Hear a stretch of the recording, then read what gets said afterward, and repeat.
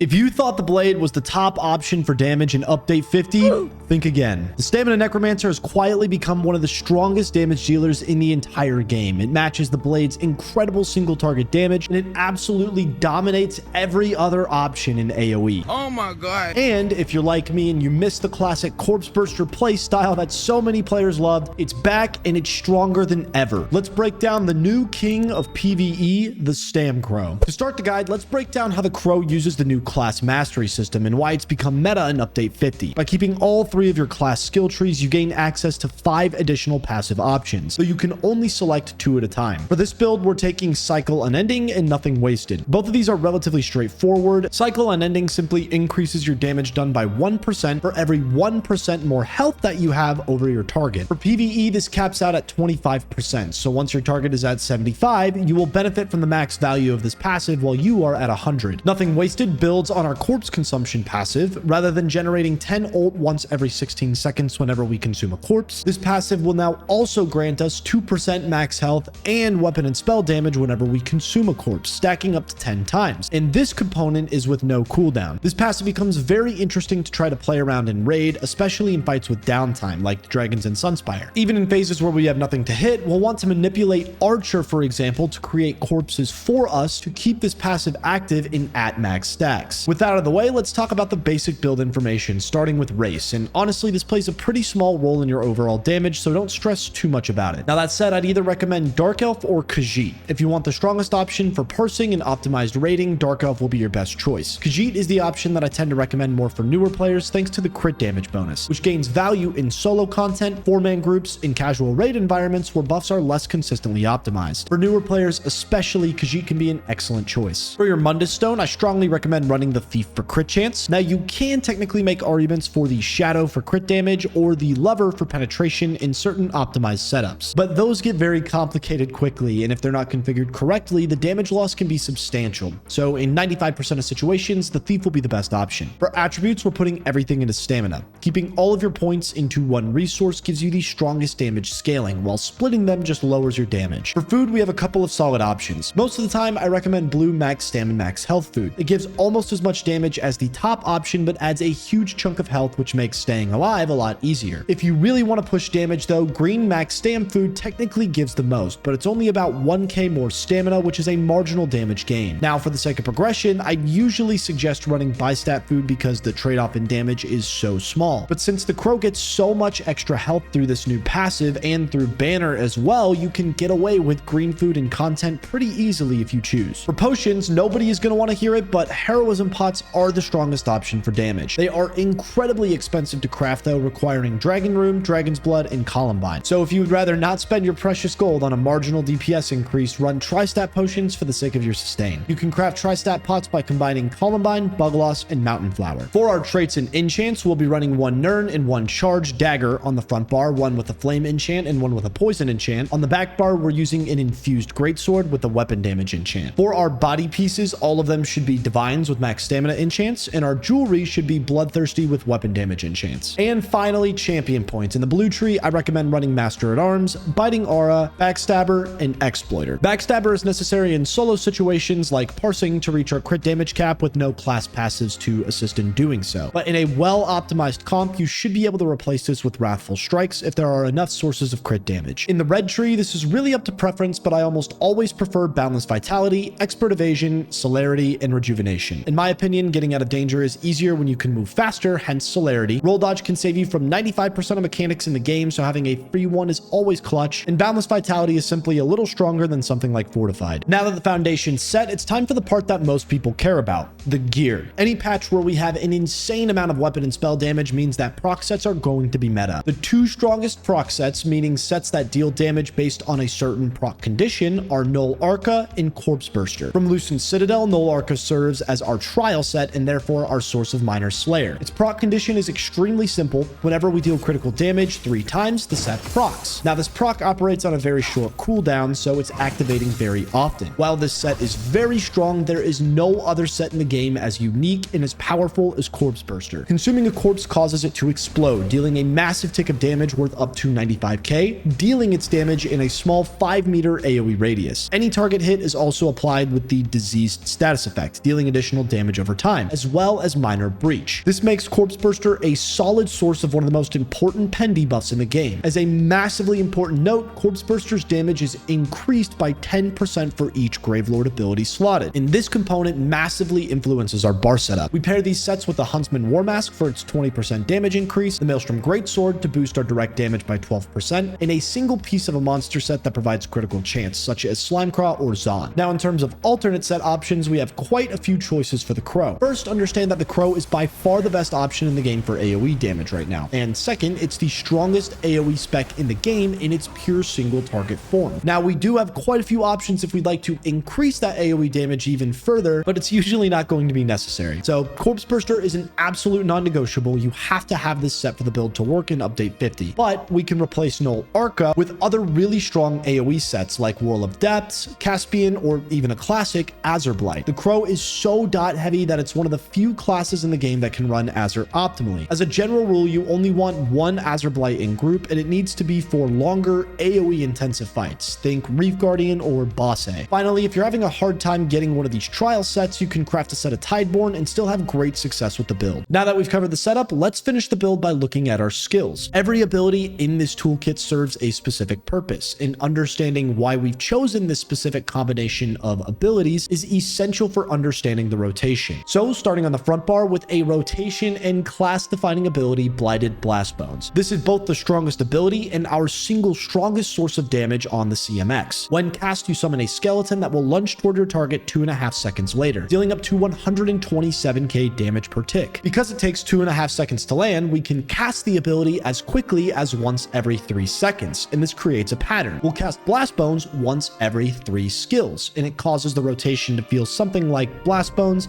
skill, skill, Blastbones, skill, skill, Blastbones, and so on. We'll talk a lot more about Blastbones when we go over the rotation, but perhaps the last and most important component of this ability is that it leaves behind a corpse. Blastbones is likely our largest creator of corpses throughout a fight, and that is incredibly important for Corpseburster. And on that note, next up we have Detonating Siphon. This ability consumes a corpse on cast and creates a tether between you and the corpse consumed. Detonating Siphon also creates a small AoE under the corpse consumed. Anything standing in the AoE or that tether will take damage, but most importantly, once the effect ends, the corpse will explode, dealing up to 60k damage. Now, there's an important note here. Recasting the ability counts as the ability ending, so what we can do is use the ability as a sort of spammable to get this explosion to proc more frequently. In addition to this, every time we activate Siphon, we consume a corpse, which means that we proc Corpseburster. So that explosion isn't just a 60k Siphon hit, it's a 60k tick of Siphon plus a 95k tick of Corpseburster, and that's a massive explosion of over 150k damage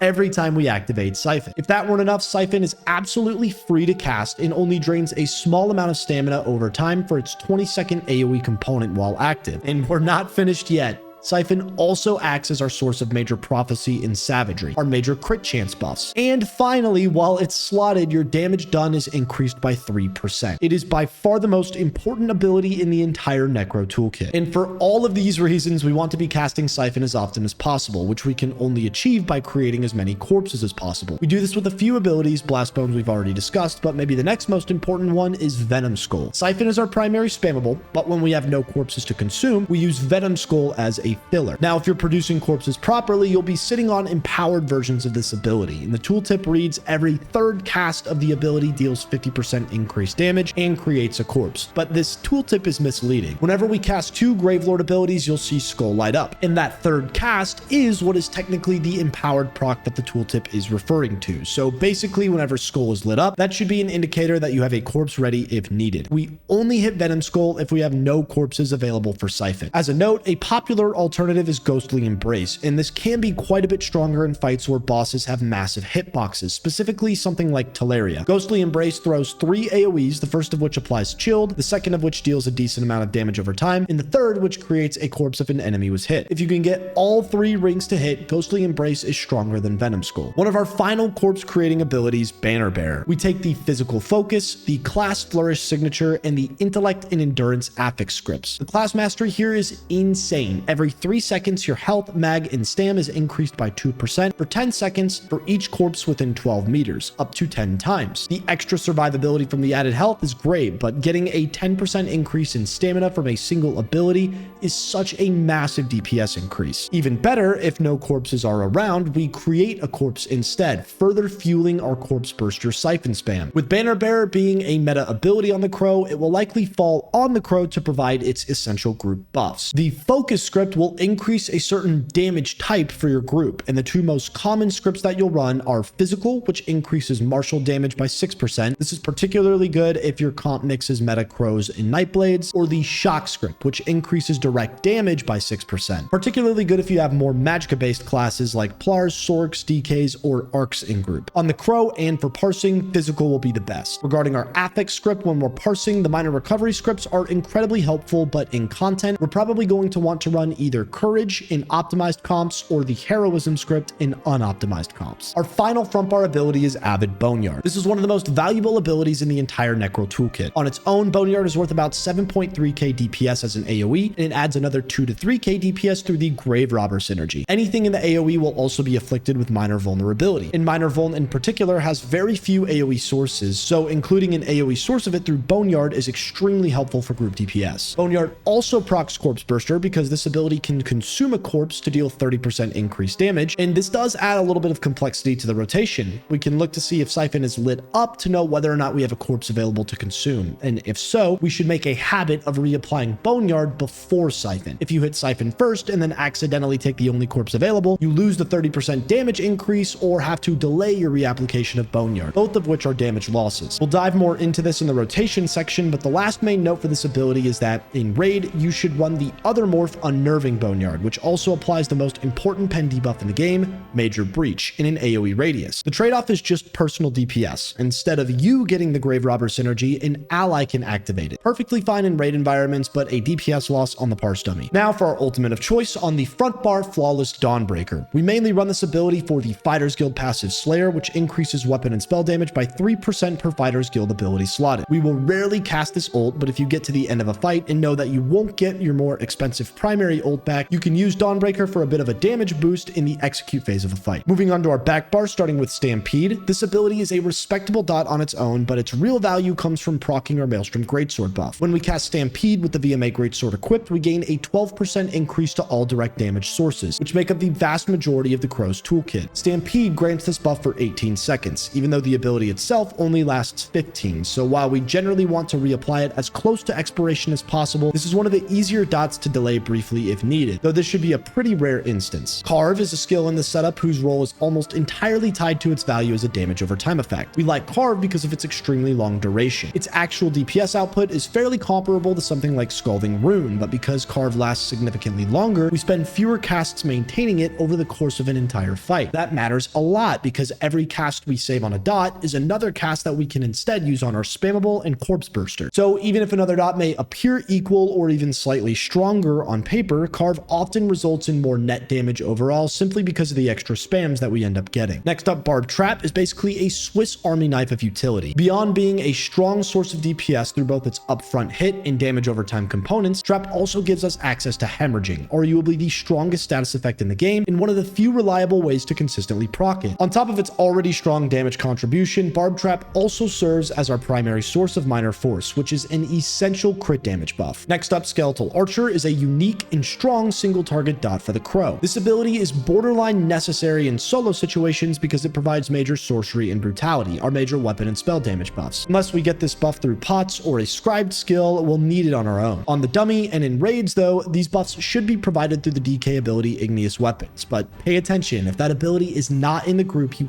have to have this skill. Otherwise, it's our primary flex slot where we'll slot a heal or a shield if we need some more survivability. Its only function outside of that buff is as a strong dot. But note, the Archer is very good for single target encounters, but it's very unreliable if there are multiple targets. It's not uncommon for the Archer to attack the wrong thing. So if you're in a fight where your little guy can get confused, you'll want to run the other morph Skeletal Mage instead, which is a little bit weaker, but it does its damage in an AoE radius around its primary target. Banner Bearer we have slotted on the back bar because we have to double bar the ability to keep it active. If we only run it on the front bar, then bar swap, we'd have to recast the ability to activate it again every time. But finally, our ultimate of choice, we have two real options. I'm going to recommend running Shooting Star for this video, and it's quite a bit weaker than the alternative Pummeling Goliath, but it's much more consistent and much simpler to use. Shooting Star does a huge tick of damage on cast and restores ult per target hit, which is super valuable in fights with multiple targets because we'll get ult back quicker, cast more Shooting Stars, and therefore get more damage out of the ult. Its total damage value between its damage on impact and damage over time is worth around 12 to 14k DPS. Now, the alternative Pummeling Goliath is tricky. This ability transforms you into a massive skeleton Goliath and makes you super beefy, but most importantly, causes your bash attacks to scale off of your offensive stats. This then requires a mechanic called bash weaving. Now, we're familiar with light attack weaving, where we cast a light attack between every skill cast in a cadence that ends up feeling like skill, light attack skill, etc. But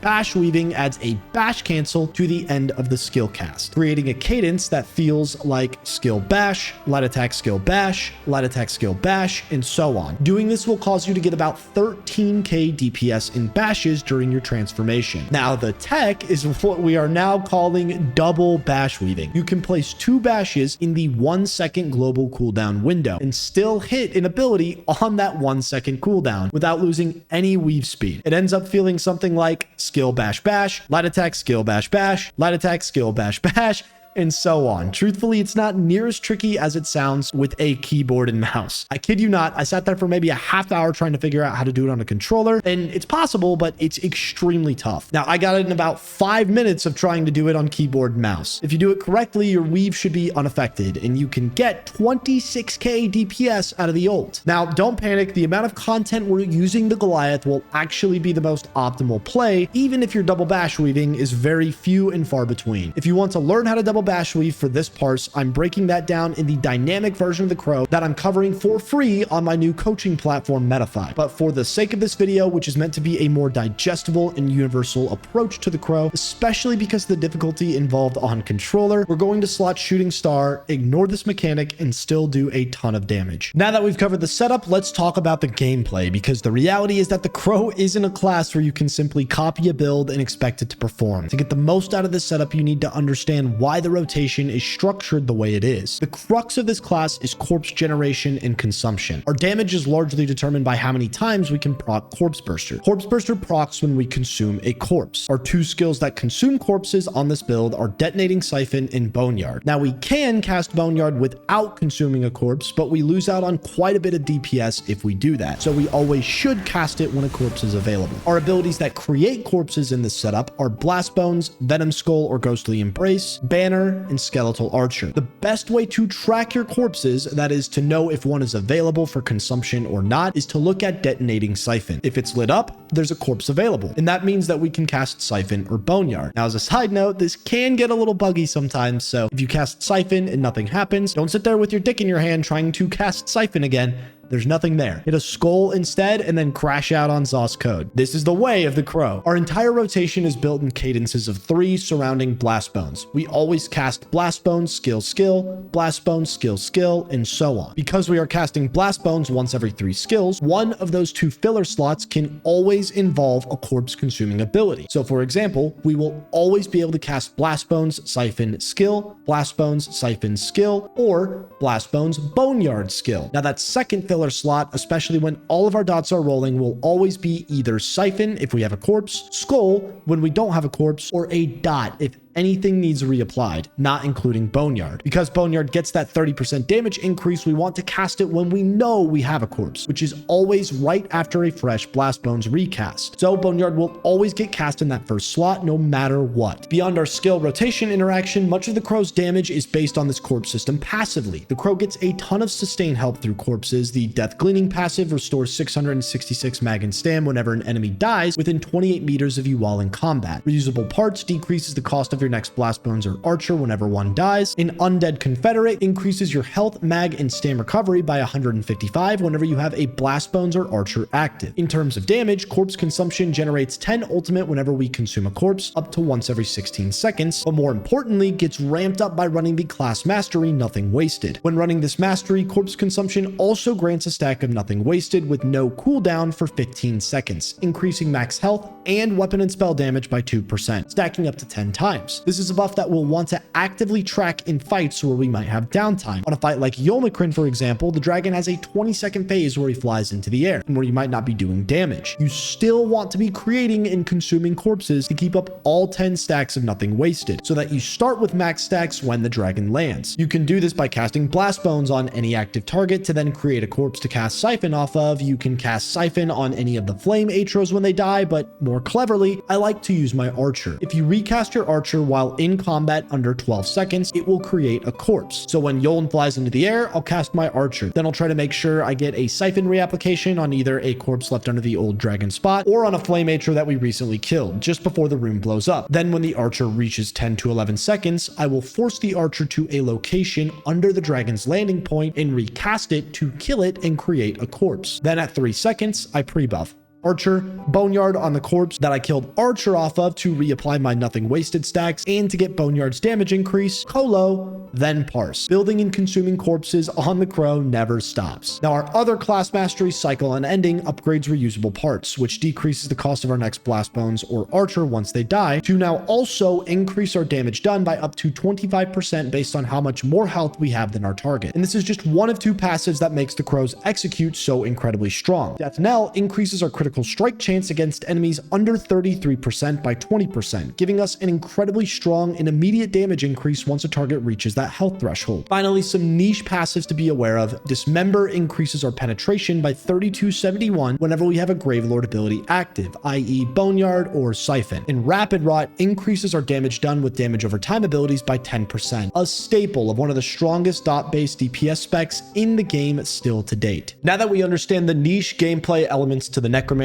let's dive into the rotation. As mentioned earlier, this build is capable of achieving over 205k DPS as demonstrated by Alduin. But that is with the Bone Goliath though, and it's such a niche setup that I think it's not super applicable in most content. So we're going to be covering a setup capable of hitting over 190k with Shooting Star, also demonstrated by Alduin. Now, I've covered both of these dynamic versions of these parses on my new coaching platform Metafy, which you can access for completely free by clicking the link in the description. But here we're going to focus on the much easier static rotation that I've built for this class, which is capable of reaching 185k. Now, in this breakdown, I'm going to use the phrase spam, and that is referring to our filler ability. Spam will mean Siphon when we have a corpse to consume, Skull when we don't have a corpse to consume, or Carve or Shooting Star whenever either one of those abilities needs to be reapplied as a priority over Skull or Siphon. So with that, before we start, I would advise making sure that you have all 10 stacks of nothing wasted. This can be a little tricky to build on a separate dummy. Create and consume corpses until you're at 10 stacks, then quickly try to break Siphon so that you don't mess up the CMX and parse numbers. Once you're ready, start far enough away from the dummy so that Blastbones takes 1 extra GCD to land. We'll start with a pre-buff of Archer,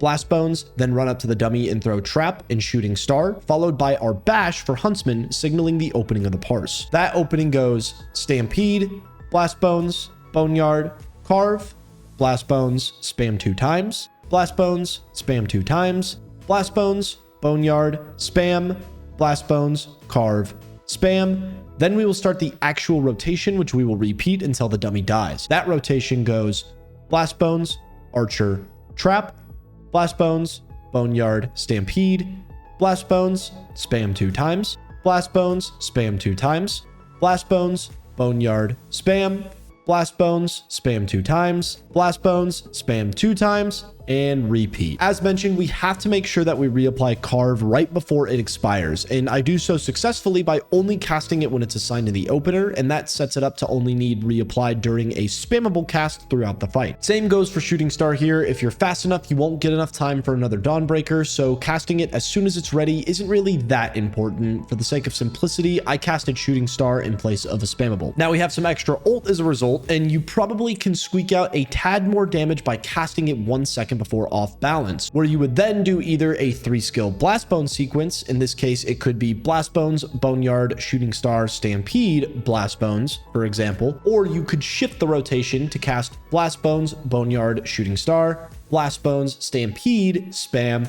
and so on. That's a very small optimization, but one that would net an extra 1 to 2k DPS. Now, tracking corpses is the name of the game here. You need to know whether a corpse is available before deciding which spammable to use in your rotation. If Carve or Shooting Star does not need to be cast, you'll use Siphon whenever a corpse is available, and Skull whenever a corpse is not available. You will always have a corpse available immediately after a Blastbones cast, because the previous Blastbone lands right before you cast the next one. This means that you'll be able to use Siphon as the first spammable in a pair, or at least once per Blastbone sequence if you're doing something like Blastbones Carve Siphon. The tricky part comes when you're trying to cast Siphon twice in a row. After your first Siphon, check whether the ability is still lit up. If it is, you have another corpse available and can cast Siphon again. If it isn't, you need to cast Skull instead. Now, keep in mind, I've run into situations where my weaving was just a little too slow and the corpse that was available for that second Siphon disappeared before I could use it. You get caught with your dick in your hand, unable to cast anything, and that's a massive DPS loss. For this reason, if your weaving is a bit slower, consistently casting Siphon into Skull